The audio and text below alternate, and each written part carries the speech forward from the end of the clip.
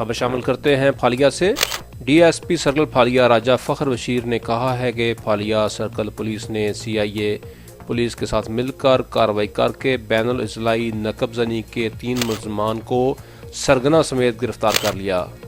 ان کے قبضہ سے 5 لاکھ روپے نقدی، لاکھوں روپے مالیت کا مسروقہ سامان بھی برآمد کر لیا گیا۔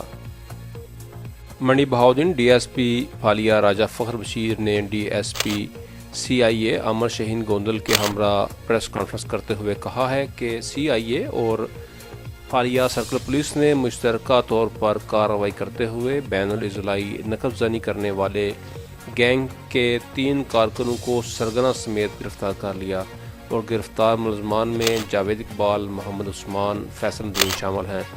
ڈسٹرکٹ پولیس آفیسر انور سعید کینگرا نے بتایا کہ ملزمان 13 نقب زنی کے سنگین وارداتوں میں ملوث تھے اور ان کے قبضہ سے 5 لاکھ روپے نقدی، طلائی زیورات، موٹر سائیکل سمیت لاکھوں روپے کا مسروقہ سامان برآمد کر لیا گیا۔ ان کا کہنا تھا کہ عوام کی جان و مال کی حفاظت کرنا اور سماج دشمن عناصر کا خاتمہ کرنا پولیس کی ذمہ داری ہے اور قیام امن کے لیے تمام اقدامات بروئے کار لا رہے ہیں۔